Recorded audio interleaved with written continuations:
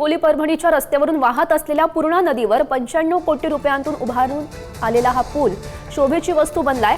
या पुलाचा शेवट हा शेतात होत असल्यानं यावरून अद्याप वाहतूक काही सुरू झाली नाहीये।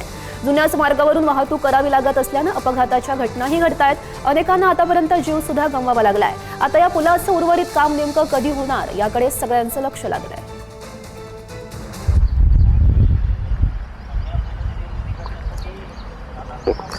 नक्कीच प्रसन्न सर, अत्यंत धक्कादायक प्रकार म्हणावा लागेल, कारण पुलाचं काम हे पूर्ण झालेलं आहे, मात्र पुढे जे मार्ग आहे तो मार्गच बंद झाल्याचं कारण असं की शेतजमीन आहे ती शेतजमीनच भूसंपादित करण्यात आलेली नाहीये।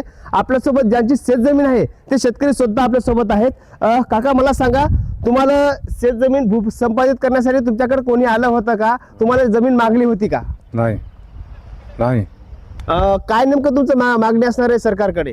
आमची मागणी आहे, आमचे पूर्णपणे पैसे भेटत नाही तोपर्यंत आम्ही जागा देणार नाही, नाहीतर नाही आले पैसे तर आम्ही इथून जीव देऊ शकतो। प्रचंड त्रासाला सामोरं जावं लागत आहे। जिंतूर आणि हिंगोलीला जोडणारा हा प्रमुख रस्ता आहे आणि हा जो पूल आहे हा एवढे दिवस असा पडित आहे। केवळ याचं एकच कारण आहे की शेतकऱ्यांची जमीन संपादित झालेली नाही।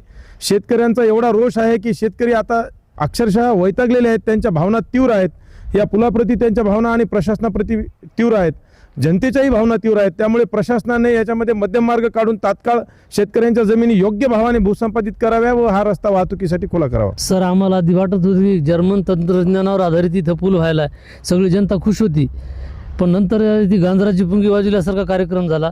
कारण इथं काहीच नाही, जेवढा मोठा पूल झाला पण समोरून शेतकऱ्यांच्या ज्या अडचणी त्या काही सुटलेल्या नाहीत आणि कधी सुटतील याची काही हमी नाही आणि अपघाताची मालिका खंडित होईल का नाही याची काही गॅरंटी येईन। शासनानं याच्यात जर लक्ष घातलं तरच हे प्रॉब्लेम सुटल, नाही तर आणखीन बी आम्ही अंधारातच आहेत।